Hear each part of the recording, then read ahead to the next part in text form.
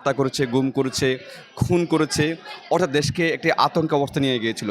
হয়ে থাকবে যে ক্ষমতার যে স্বাদ এটাকে ত্যাগ করে হলেও দেশের মানুষের জন্য তারা কাজ করতে চাইছে। এটাকে আমরা স্বাগত জানাই, ওয়েলকাম করি। যে আজকে বাংলাদেশের ইতিহাসের আরেকটি অধ্যায় রচিত হচ্ছে। কারণ অধ্যায়টি এই জন্যই রচিত হচ্ছে বলতে চাচ্ছি আমি। আপনারা জানেন যে বৈষম্য বিরোধী ছাত্র আন্দোলনের মধ্য দিয়ে দীর্ঘ ১৫ বছরের স্বৈরশাসক শেখ হাসিনার পতন হয়েছে। এই শেখ হাসিনা এই দেশটাকে একটা জেলখানা বানিয়েছিল, জিম্মি করে রেখেছিল। দীর্ঘ ১৫টি বছর ১৬টি বছর এদেশের মানুষকে হত্যা করেছে, গুম করেছে, খুন করেছে, অর্থাৎ দেশকে একটি আতঙ্ক অবস্থা নিয়ে গিয়েছিল।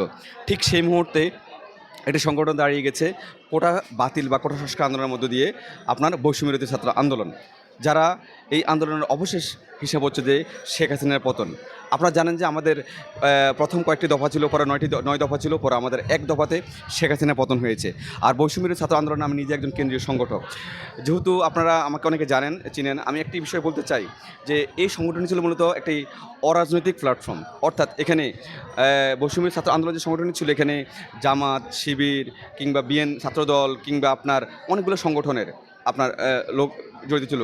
ছাত্র ফেডারেশন, নাগরিক ঐক্য, ছাত্র ঐক্য, ইভেন ছাত্র অধিকার পরিষদ, অতএব অনেকগুলো সংগঠনের সংযুক্ত ছিল। এটি একটি অরাজনৈতিক প্ল্যাটফর্ম। অর্থাৎ অরাজনৈতিক প্ল্যাটফর্ম থেকে এই শেখ হাসিনার পতন হয়েছে। কিন্তু এই যে রাজনৈতিক প্ল্যাটফর্ম, তাহলে এখন করণীয় কী? আপনারা তো জানেন যে ইতিমধ্যে বৈষম্য ছাত্র আন্দোলনের পতনের পরে, শেখ হাসিনার পতনের পরে গত 5ই আগস্টের পরে একটি কমিটি জাতীয় নাগরিক কমিটি গঠন করা হয়েছিল।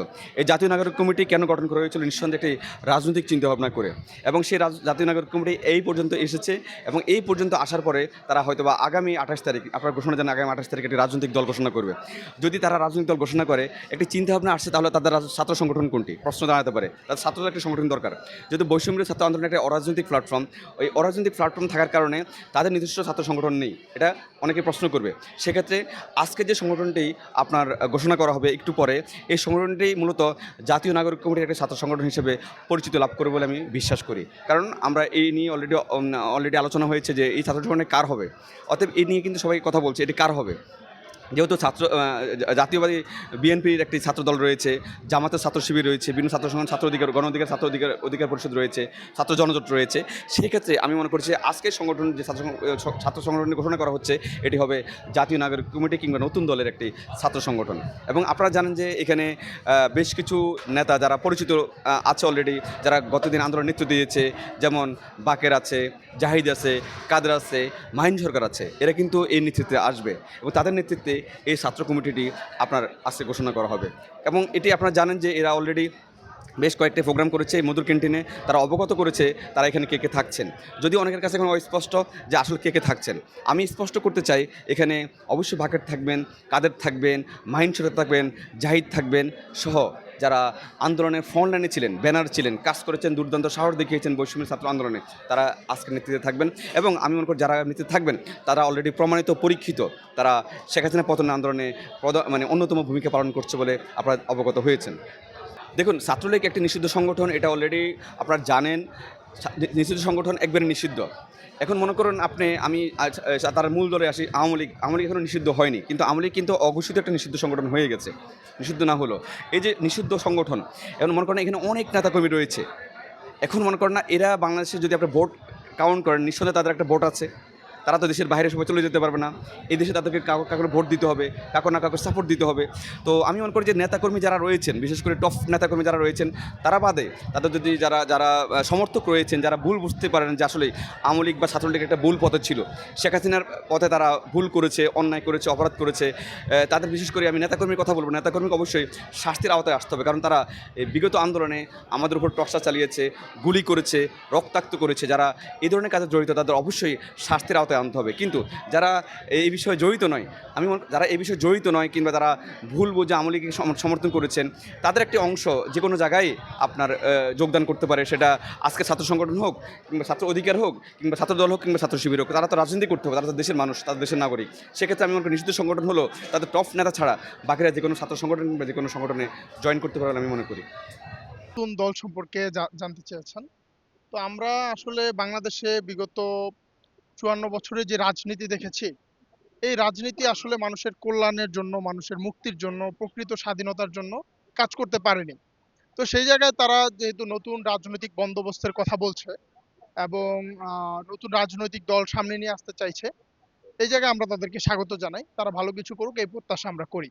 কিন্তু বিগত দিনে যারাই নতুন রাজনৈতিক দল নিয়ে এসেছে তারা ভালো কিছু করতে পারে না এই কারণে যে নীতির পরিবর্তনটা আসলে হয়নি। নেতার বারবার পরিবর্তন আমরা দেখেছি, নতুন, নতুন নেতা এসেছে। কিন্তু আদর্শিক চরিত্রের যে পরিবর্তন, নীতির যে পরিবর্তন এটা না থাকার ফলে মূলত বাংলাদেশের মানুষের প্রকৃত মুক্তি, প্রকৃত কল্যাণ আমরা দেখতে পারিনি। তো এইজন্য আমরা সবাইকে আহ্বান জানাবো আগামীর বাংলাদেশে নীতির পরিবর্তন আমরা দেখতে চাই।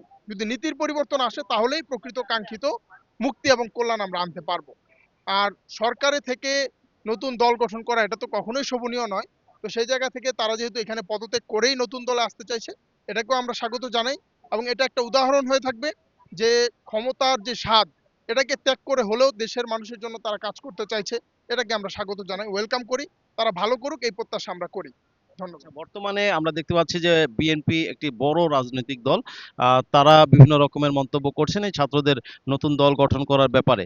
আসলে এই যে যদি একটি নতুন দল গঠন করে ছাত্ররা রাজনৈতিক মাঠে আসে, সেক্ষেত্রে কি তারা বিএনপির সাথে প্রতিদ্বন্দ্বিতা করতে পারবে বলে মনে হয় আপনাদের কাছে? প্রতিদ্বন্দ্বিতা এটা তো আসলে এখনো বলার মতো বিষয় না। এটা রাজনীতি, মাঠে রাজনীতি যখন শুরু হবে তখন এটা দেশবাসী তখন বুঝতে পারবে। এটা এখন বলার বিষয় না। আপনারা দেখেছেন জুলাই অভ্যুত্থান যেটা, এটা একটি প্ল্যাটফর্মকে সামনে রেখে এই অভ্যুত্থানটা হয়েছে, সেটা হচ্ছে বৈষম্য বিরোধী ছাত্র আন্দোলন। কিন্তু এই বৈষম্য বিরোধী ছাত্র আন্দোলন কোনো একক রাজনৈতিক দল বা বাহির থেকে আসা উদ্ভব হওয়া নতুন কোনো সংগঠন নয়। এখানে বাংলাদেশের সকল রাজনৈতিক দল, এখানে বাংলাদেশের সকল আপামর জনতা, মুক্তিকামী জনতা সবাই এই প্ল্যাটফর্মকে নিজেদের প্ল্যাটফর্ম হিসেবে নিয়ে তারা এখানে আন্দোলনটা করেছে। কিন্তু যখন অভ্যুত্থানটা হয়ে গেছে তারপর সকলেরই কিন্তু এখানে নিজেদের দলীয় আদর্শ, মতাদর্শ, চিন্তা, নিজস্ব পছন্দ দল আছে। তারা কিন্তু এটা ছেড়ে নতুন রাজনৈতিক প্ল্যাটফর্মে এসেই যে যুক্ত হয়ে যাবে এরকম কোনো বিষয় নেই।